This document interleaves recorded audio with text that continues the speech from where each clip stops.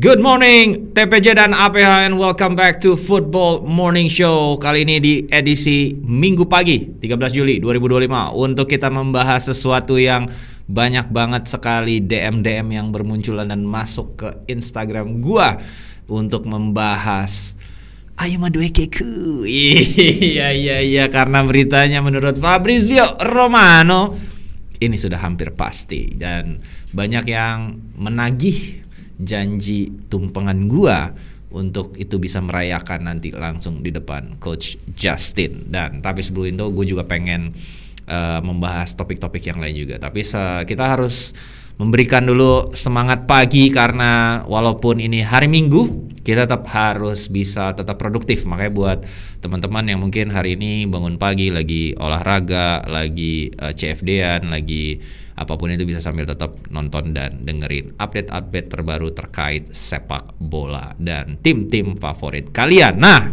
gini guys, ini adalah komunitas yang balance, artinya itu harus seimbang. Jadi nggak hanya membahas tim-tim yang memang pendukungnya banyak, tapi juga gue merepresentasikan atau mewakili suara-suara kawan-kawan kita yang mungkin ngedukungnya Ascoli, ya, Pescara gitu ya, Wolverhampton Wanderers dan pastinya Tottenham Hotspur yang baru saja menasbihkan dirinya menjadi juara Liga Eropa, mengalahkan Manchester United di akhir musim lalu dan mendapatkan satu tiket untuk maju ke Liga Champions pada musim ini. Nah, langsung ganti pelatih, Postecoglou dipecat dan menunjuk Thomas Frank baru-baru ini menjadi pengganti dari seorang Postecoglou dan langsung aktif di bursa transfer. Nah, ngomong-ngomong tentang bursa transfer Tottenham Hotspur, ada kemarin DM yang masuk ke Instagram gua dan meminta membahas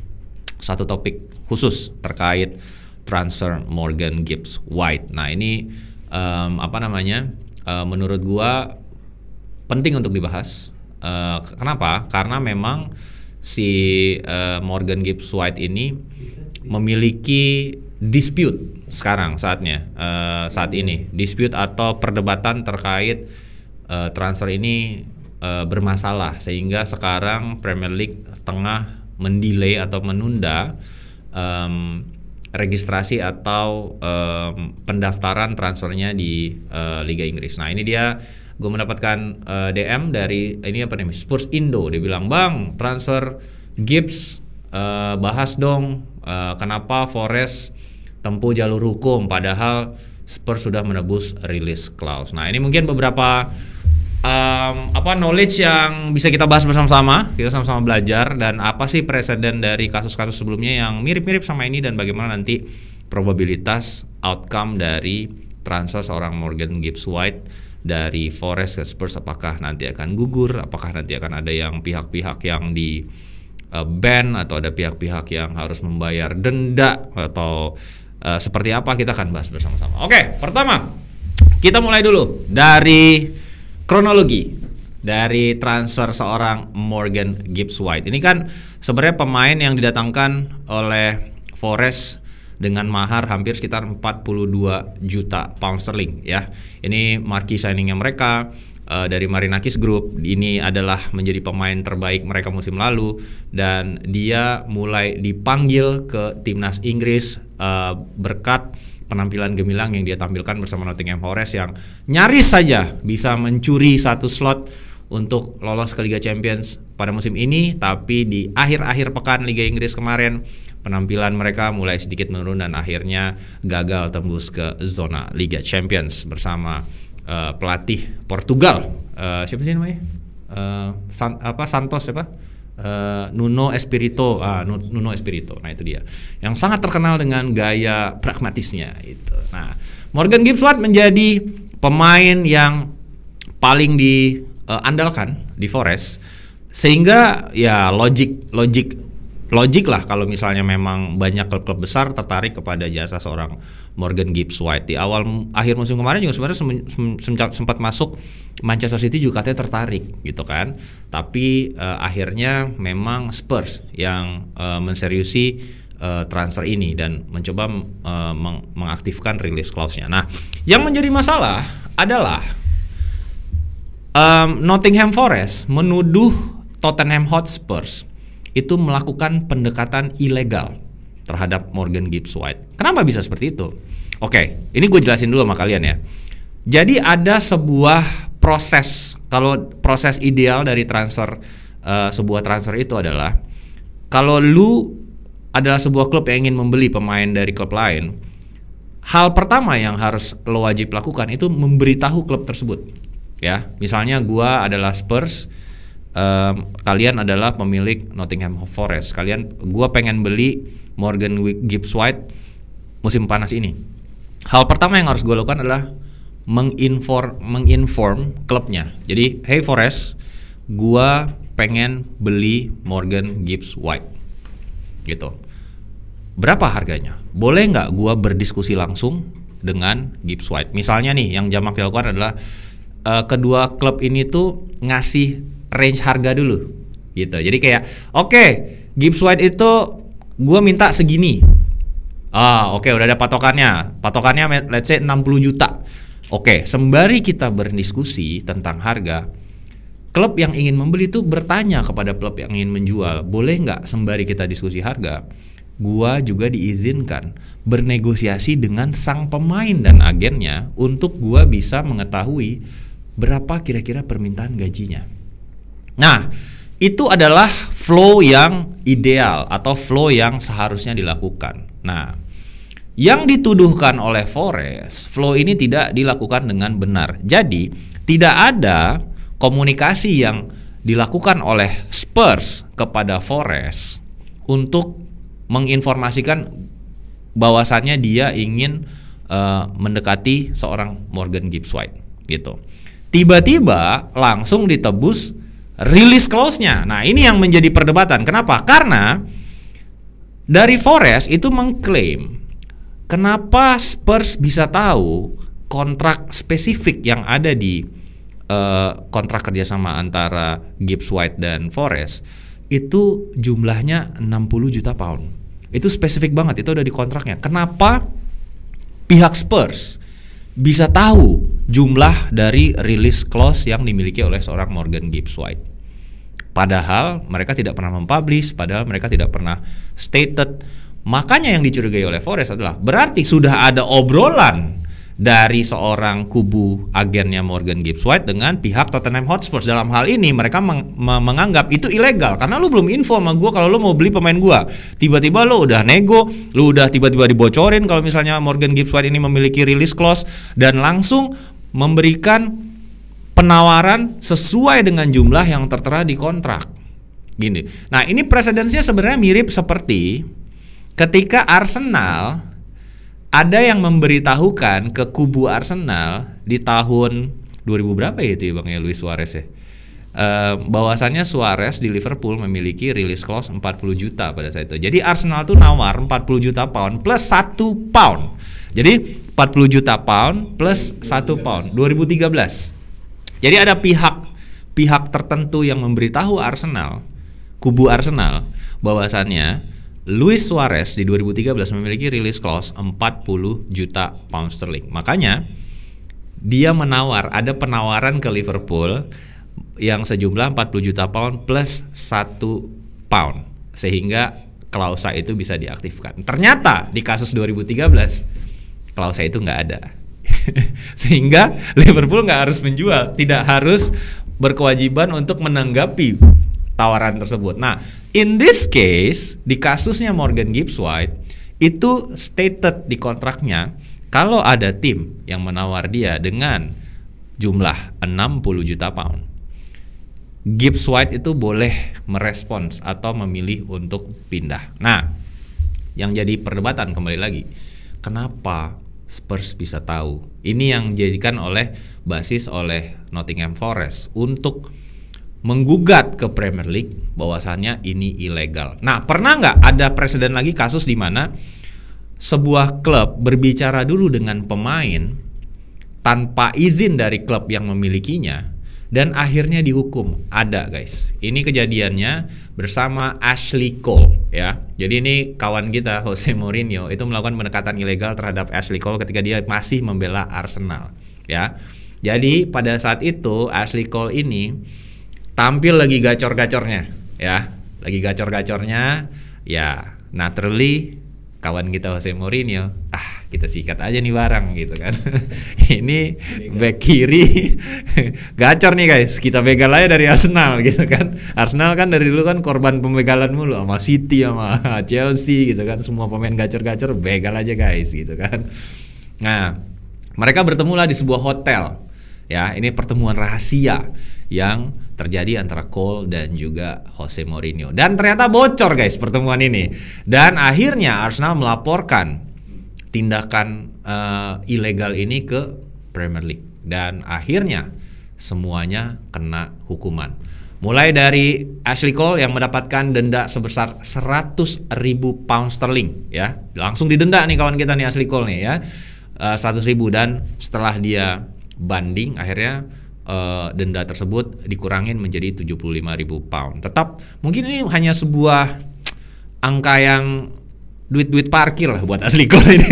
75.000 itu kayak duit parkir lah ini buat gua gitu kan. Jadi nggak terlalu berasa buat dia. Nah, sementara Jose Mourinho juga mendapatkan denda yang cukup signifikan 200.000 pound karena terbukti melakukan pendekatan ilegal. Dan yang menyakitkan itu adalah Chelsea dikurangi poin sebanyak 3 poin karena aktivitas ilegal ini. Dan klubnya juga, Chelsea juga didenda sebesar 300.000 pound sterling. Jadi ada presidennya nih guys, ada legal precedence-nya, sudah pernah terjadi sebelumnya. Jadi Nottingham Forest have a strong case untuk bisa menggugat ke Premier League bahwasannya ntar dulu, nggak bisa, ini nggak bisa nih, ini melanggar norma-norma. Nah, mungkin nih ada yang namanya selain hukum tertulis ya atau hukum positif, ada namanya adat istiadat guys. Di Inggris juga ada adat istiadat ternyata gitu. Dan ini nggak hanya berlaku di Inggris tapi juga di seluruh di seluruh tim-tim profesional ya. Jadi yang bernaung di under statuta FIFA. Jadi memang kalian itu harus ada kulonuwunnya gitu, ada kulonuwunnya. Jadi Forest has a strong case dan akhirnya dia udah appeal ke Premier League. Akhirnya sekarang Premier League tengah melakukan investigasi apakah ada hal-hal yang illegal breach yang dilakukan oleh Tottenham Hotspur dalam upayanya mengaktifkan release clause dari seorang Morgan Gibbs White. Nah itu dia, kita lihat nanti seperti apa hasilnya. Dan ini membuat transfer Gibbs White ini menjadi dragging, tidak bisa langsung diaktifkan karena memang sebelumnya tuh rencananya akan melakukan tes medis segera dalam beberapa hari ke depan, tapi karena Forest ini tersinggung egonya, akhirnya ini dilaporkan ke Premier League dan tengah di-delay proses transfernya. Dan memang merupakan pemain yang menjadi kunci, memainkan 38 laga musim lalu bersama Forest, mencetak 7 gol dan 10 assist. Jadi ini memang tengah dalam salah satu performa terbaik dalam karir dia sepanjang menjadi seorang pemain profesional. Dan menurut gue ya, ini hanya opini, menurut gue alasan sebenarnya ini nggak perlu, karena kan toh release clause-nya udah diaktifin. Ini kan hanya permasalahan lo nggak kulonuwun nih. Menurut gue alasan itu terjadi karena ini ownernya adalah seorang Marinakis. Nah, kita lihat dulu profil seorang Marinakis ini tuh siapa sih gitu, ownernya Forest sekarang ya.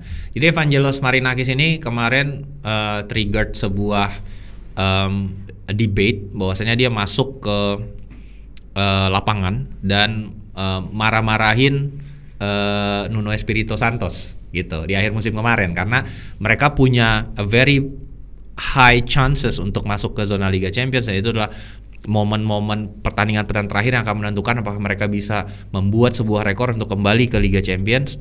Tapi flop di saat-saat akhir sampai si Marinakis ini masuk ke dalam lapangan dan mengkritik pelatihnya sendiri. Nah itu ketika itu dijawabnya ini hanya ungkapan sayang lah, apalah, sebuah interaksi biasa and so on and so forth. Tapi memang kalau kita lihat Marinakis ini memiliki ambisi yang sangat-sangat besar semenjak men-take over Nottingham Forest di tahun 2017.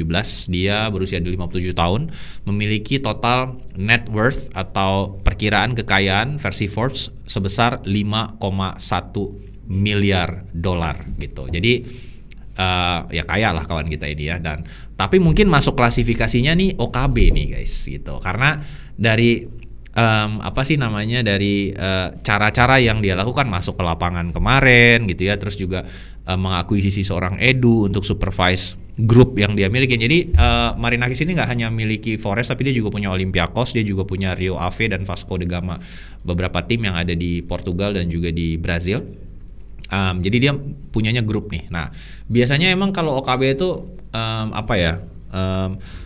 punya ego, dan ini tuh pride tuh lebih gede. Jadi ketika pemain terbaik yang dia punya tiba-tiba mau di poach gitu kan, dengan cara yang menurut dia tidak elegan, nah ini egonya kena nih. Jadi dia melakukan perlawanan, which is menurut gua ya adil juga sebenarnya, nggak ada salahnya, karena dia merasa itu adalah illegal approach.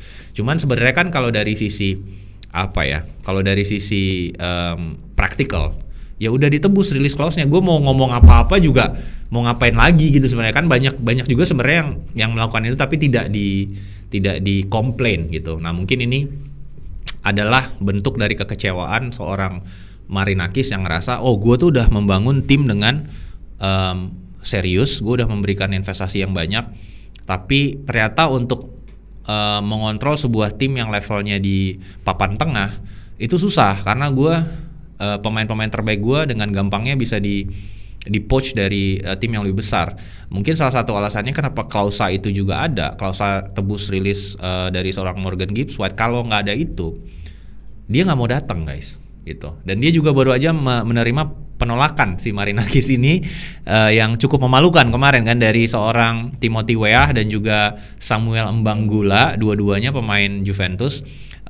Rencana ditransfer ke Forest dengan combine transfer sekitar 25 juta euro. Berarti satu harganya 10 juta, satu harganya 15. Jadi Timothy Weah ini harganya 15 juta euro, Mbanggula 10. Itu udah diskon super gede-gedean. Tapi transfer ini batal karena pemainnya nggak mau ke Forest, karena melihat Forest bukanlah tim yang cukup prestisius. Jadi ini emang literally lagi terluka aja nih egonya, lagi menerima banyak penolakan, lagi tiba-tiba kok pemain terbaik gue tiba-tiba langsung di poach begini, tunggu dulu gitu. Jadi ya baper lah. Ini he will do anything to gain his pride back, dan he earns it, nggak apa-apa. Terus itu haknya dia gitu untuk melakukan perlawanan. Ini kan bentuk juga perlawanan terhadap status quo.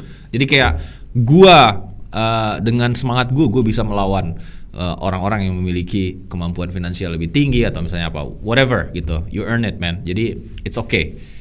Kita lihat nanti seperti apa perkembangannya. Ya itu ya, kita tutup buku dulu untuk Morgan Gibbs White. Udah gue jawab tadi dari mewakili teman-teman yang menyukai Spurs, dan kita rayakan sekarang. Ayo Maduekeku. Iya. Ini dia yang sudah kita tunggu-tunggu.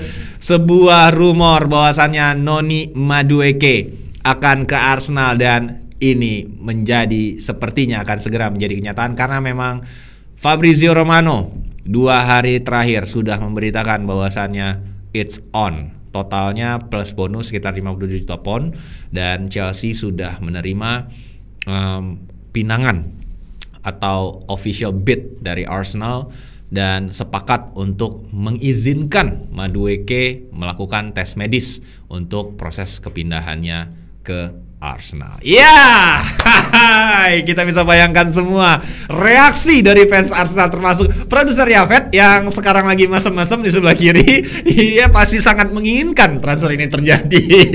Ya, ini dia. Dan pertama, gue pengen bahas dulu dari sisi superstitious ya, kita dari sisi tahayulnya dulu. Ini konspirasi teori yang sudah berseliweran di sosial media. Ini sebenarnya Chelsea itu kayaknya punya ini kali ya, video seksnya Arteta gitu, atau video bugilnya dia atau apalah gitu. Jadi semua pemain-pemain yang mereka nggak inginkan bisa dijual ke Arsenal guys. Jadi ada pemerasan nih, saudara. Ini ada konspirasi teori seperti itu. Yang mulai dari Jorginho gitu kan. Jorginho kan ya penampilan terbaiknya ada di Chelsea lah gitu kan, dan di transfer ke Arsenal. Kalau kita tarik zaman dulu lebih jauh lagi, awal-awal misalnya Arteta datang ke Arsenal tuh ada David Luiz, ada Willian yang udah udah memasuki retirement plan lah gitu, juga tiba-tiba bisa pindah ke Arsenal. Terus yang paling parah ini ya, Kai Havertz man, ya itu yang memang udah merupakan sebuah transfer yang flop di Chelsea dengan harga yang mahal banget. Akhirnya diselamatin sama Ars. Tapi gue nggak bilang Havertz gagal ya. Menurut gue ya masih so-so lah gitu. Tapi ya menurut gue bukan sebuah transfer yang make the difference gitu. Jadi sebuah pembeda seperti misalnya William Saliba atau misalnya Odegaard atau misalnya Declan Rice, itu kan really make a difference buat bagaimana Arsenal make a significant jump dari tim yang tadinya hanya selalu kesulitan untuk menembus 4 besar, sekarang challenge for the title gitu. Nah, dan sekarang ada Madueke gitu. Nah, ini yang barusan kita bahas yang bercanda-bercandanya ya gitu. Nah, kita sekarang kita bahas yang seriusnya nih gitu. Yang seriusnya dulu nih ya. Apakah Madueke worth 50 million? Hell no, my friend. Enggak lah. Tapi ini kan seperti biasa. Ini ada pajak orang Inggrisnya nih. Kalau gue bilang ya, ada pajak lu Inggris lo mahal coy. Itu dia, balik lagi sebuah frasa, lu Inggris lo mahal coy. Sama seperti Morgan Gibbs White yang harganya 60 juta pound. Ini kalau namanya Noniontus Madue Lirarto misalnya gitu ya, orang Itali misalnya, paling ini ya 25 lah juta euro gitu kan, nggak akan nyampe 50 juta pound my friend gitu ya. Ini coba deh, karena dia orang Inggris dan transfer terjadi antara sama-sama tim Inggris, jadi ya memang ya ada inflasi lah yang terjadi, dan inflasi itu kan yang menciptakan bukan klub tapi market yang membuat harga-harga itu menjadi tercipta gitu, karena beberapa presiden sebelumnya, kemudian juga kekuatan finansial yang dimiliki secara merata oleh seluruh klub-klub Premier League, karena revenue yang mereka datangkan setiap tahunnya begitu banyak, hak siarnya paling tinggi sedunia, sehingga apapun yang berkaitan sama tim-tim Liga Inggris itu orang langsung naikin harga gitu. Dan terutama ketika kedua tim yang sama-sama dari Liga Inggris saling bertransaksi, jadi harganya tuh jadi jauh di atas market gitu ya, which is fair, namanya juga pasar ekonomi, it can happen. Tapi yang lebih intriguing dari sisi gua adalah kenapa sampai seorang Arteta itu mau mengakuisisi seorang Noni Madueke gitu. Kita jawab dari angle yang serius dulu. Kalau kita lihat, setiap Arsenal menghadapi tim yang lebih kuat, ya, tim yang lebih kuat nih kita bilangnya. Apakah itu kalau musim lalu enggak ya? Kalau musim lalu enggak. Misalnya Manchester City. Kalau menurut gua musim lalu Arsenal lebih kuat dari City. City kan lagi memasuki cycle atau sebuah cycle era yang sedang berakhir dan mereka harus rebuilding nih. Nah, tapi kalau kita tarik 2 musim yang lalu, ya City lebih kuat dari Arsenal. Nah, ketika dia menghadapi tim-tim yang secara di atas kertas lebih kuat daripada dia, Arteta ini berani main pragmatis. Tuh, udah mulai berani main pragmatis. Begitupun ketika melawan Liverpool misalnya, yang sama kuat lah atau yang lebih kuat ya. Atau misalnya di Liga Champions, Arteta ini berani main pragmatis. Dan biasanya hasilnya nggak jelek. Bahkan terakhir kan pernah ngalahin musim lalu kan ngalahin City 3-0, yang Justin tuh ngebully gue habis-habisan gitu. It's okay, dan itu terbukti bahwasannya dia lebih mature secara taktikal. Tapi ketika menghadapi tim-tim yang secara di atas kertas lebih lemah daripada Arsenal, nah di sini yang merupakan faktor X-nya bermain guys. Itu membuat Arsenal ini mesti keluar, mesti menghadapi low block dan menghadapi kenyataan yang dihadapi Manchester City selama 8 musim terakhir, yaitu menghadapi tim yang benar-benar low block, semuanya bertahan untuk menghadapi mereka, hanya mengharapkan 1 poin. Dan di kondisi-kondisi seperti ini, dengan materi pemain yang dia punya sekarang, dia kesulitan menghadapi beberapa situasi yang deadlock, karena harapannya Leandro Trossard bisa ngebuka low block, ternyata nggak sesuai ekspektasi. Gabriel Martinelli ini kalau one on one 1 lawan 1 itu sering banget dia kesulitan. Martinelli ini butuh ruang yang besar untuk bisa dieksploitasi dengan kecepatannya, jadi lebih suitable untuk counter attack gitu kan. Nah, praktis yang bisa bermain di ruang sempit dan membuka low block itu hanya Bukayo Saka. Dan kita tahu kemarin ketika Saka absen, di beberapa di beberapa minggu yang cukup panjang, hampir 2 bulanan, Arsenal benar-benar kesulitan membuka low block yang diterapkan oleh beberapa tim-tim yang secara di atas kertas lebih lemah daripada mereka. Dan ini yang dilihat oleh Arteta. Bahwasanya dia butuh tipe pemain yang bisa membuka low block tersebut dan berada dalam situasi 1 lawan 1 bisa menang. Jadi ketika lu di double cover atau lu satu one on one di sisi sempit, dia punya skill individu untuk bisa melewati pemain bertahan, dan dia melihat value ini berada dalam diri seorang Noni Madueke. Dan ini statistiknya musim lalu dia bermain 46 pertandingan total, sangat banyak sekali, dan mencetak 11 gol, 5 assist. Dan mungkin akan lebih banyak assist lagi kalau strikernya Chelsea bukan Nicholas Jackson ya. Kita semua pasti setuju lah ya soal itu. Nah, ini yang dilihat oleh seorang Arteta, potensi bahwasannya dia bisa memberikan dimensi yang berbeda terhadap overall permainan Arsenal musim depan.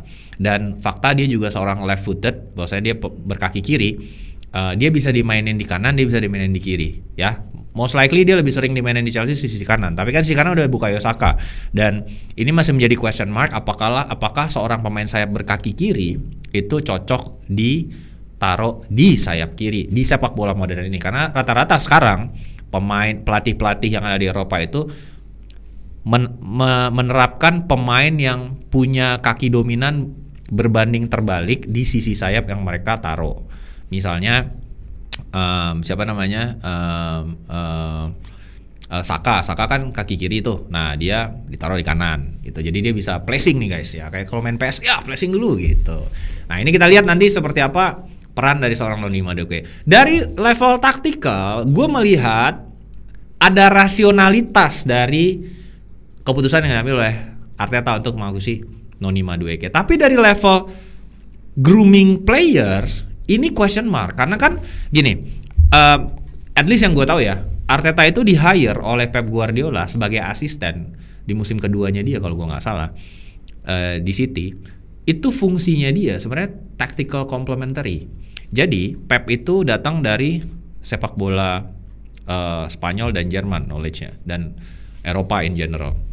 Tapi kalau level of understanding Pep Guardiola di sepak bola Inggris itu tidak sebaik Arteta, karena Arteta lama jadi pemain, dia native Spanish speaker, bisa bridge komunikasi dengan baik dengan Arteta dan memberikan POV tactical yang cocok untuk siapapun lawan yang akan dihadapi oleh City dengan pendekatan gaya sepak bola Pep Guardiola. Makanya dia yang ngasih tahu ke Pep pada saat pertandingan pertama ketemu Arsenal, gini cara ngalahin Arsenal, dan waktu itu City menang 2-0 atau 3-0 kalau gue nggak salah, dan Arteta nggak ngerayain kemenangan itu. Jadi menurut gue dari level tactical Arteta ini bagus. Tapi kalau kita ngomongin bagaimana dia bisa membuat seorang pemain itu berkembang, ini masih debatable. Karena yang gue lihat, kemampuan seorang pelatih untuk membuat pemainnya jadi lebih baik itu masih ada di Pep Guardiola. Semua pemain-pemain yang progres di City itu karena Pep Guardiola yang melakukan masukan yang bahkan kan kalian lihat, mungkin sering kalian ngelihat di mana setelah pertandingan selesai, Manchester City selesai, dia nguliahin pemain lawan, men. Jadi pemain lawan tuh jago, dirangkul, lu dikuliahin sama dia. Gue nggak ngerti, ini kayak Coach Justin nih. Coach Justin tuh suka nguliahin orang, anjing. Jadi menurut gue, kalau pertanyaannya apakah dengan akuisisi Noni Madueke ini Arteta bisa bikin dia membuat lompatan dari pemain yang sering kita ketawain sampai jadi pemain yang jago dan pemain decisive, pemain berkualitas dan masuk ke level world class, gue nggak yakin Arteta punya kapasitas itu. Kalau memang Arteta punya kapasitas itu, kita udah ngelihat Gabriel Martinelli hari ini itu jadi Ballon d'Or contender. Atau kita udah ngelihat hari ini Bukayo Saka ada di Ballon d'Or contender. Kenapa contender Ballon d'Or itu nggak ada dari Arsenal? Kan kandidatnya Lamine Yamal, Rafinha, siapa lagi? Dembele gitu. Kan Arsenal nyampe semifinal, sampai minggu-minggu terakhir masih fighting for the title gitu kan, walaupun ya agak jauh sedikit sih sebenarnya sama Liverpool. Tapi kalau emang lu bisa nge-groom seorang pemain jadi bagus banget gitu,